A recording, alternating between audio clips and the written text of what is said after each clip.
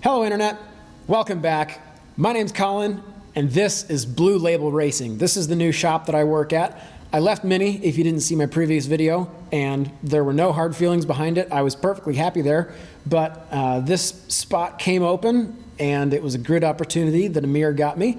And Amir's a really good friend. You should have a friend like Amir because he got me this job.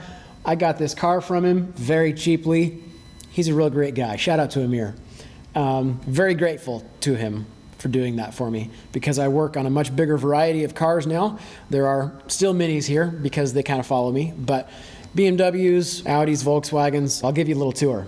Right now what I was working on earlier today was this GTO. It was in for a clutch and an oil pan gasket, and it's clear that he's got a bunch of Go Fast bits on here. This is an LS2. Not sure how much power it makes, but I can see that he's had lots of fun upgrading this in the past. I have a 996 over here with the engine and transmission out. We're doing some upgraded turbos and exhaust, injectors, plugs, ECU, intercoolers, lots of good stuff. This is one of the more obscure cars I've worked on. This used to be an MG, and the owner has fabricated his own front and rear end for it. You can see, if you're familiar, it doesn't really look like an MG anymore, and the rear end is quite dissimilar as well. It's got a kind of a flared rear end, and he really wanted it to look like a Ferrari. We have Amir's first gen Mini. This is the race car that he bought and didn't really get to drive because it broke, but it's in here now. I'm going to get it fixed. It needs a fuel pump and a new bracket for the motor. It's a turbo swapped first gen Mini, and supposedly at the time that it was built by the other shop way back when, it made 375 to the wheels, and he actually broke it road racing me a few years ago, so I kind of owe it to him to get it fixed. Over in this corner we have a Ferrari 355 Targa with a 6-speed manual. This belongs to Jason and his dad. Jason is the shop owner here, and he got this, from what I understand, in kind of a fire salvage deal.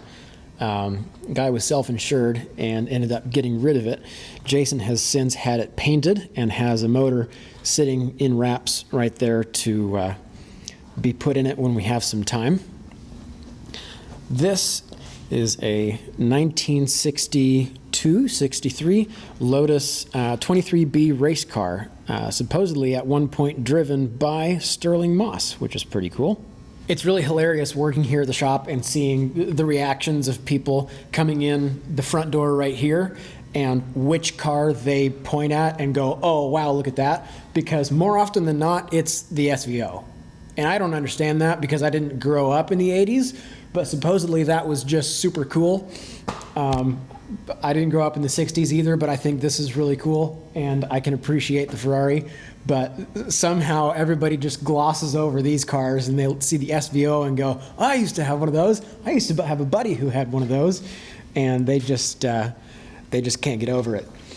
This right here is a Jaguar race car. It's called a Juno. Supposedly this won a championship over in Britain in 2006 or so. It's definitely a dedicated track car, not one that's street legal, as you can see. This car is made completely of carbon fiber, and it weighs 1,200 pounds, which is incredible if you stand next to it and just see how big it is. It's really surprising. And for even more comparison, this Lotus sitting behind me, you can see how low to the ground it is. That car weighs just 950 pounds. Here's the motor and transmission that Jason has built for the Ferrari.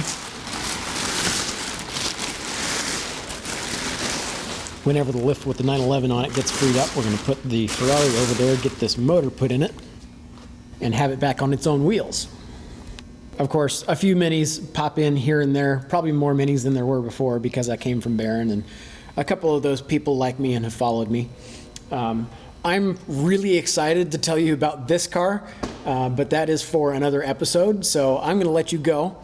But here's my new shop, and like I said, I'm super excited to be here because it's a lot easier to make YouTube videos here. I don't have any sort of like corporate fear of somebody saying, oh no, you can't do that. or yeah, Jason's all about it. He's super stoked. And you'll meet Jason too. I'll put him in a video, whether he wants to be or not. So I will let you go, and I'll catch up with you next week when I will be showing you part 2 of Maddie's transmission video and how it, in the end, ends up going right. So like, comment, subscribe. Let me know what you want to see, and I'll talk to you next week. Bye.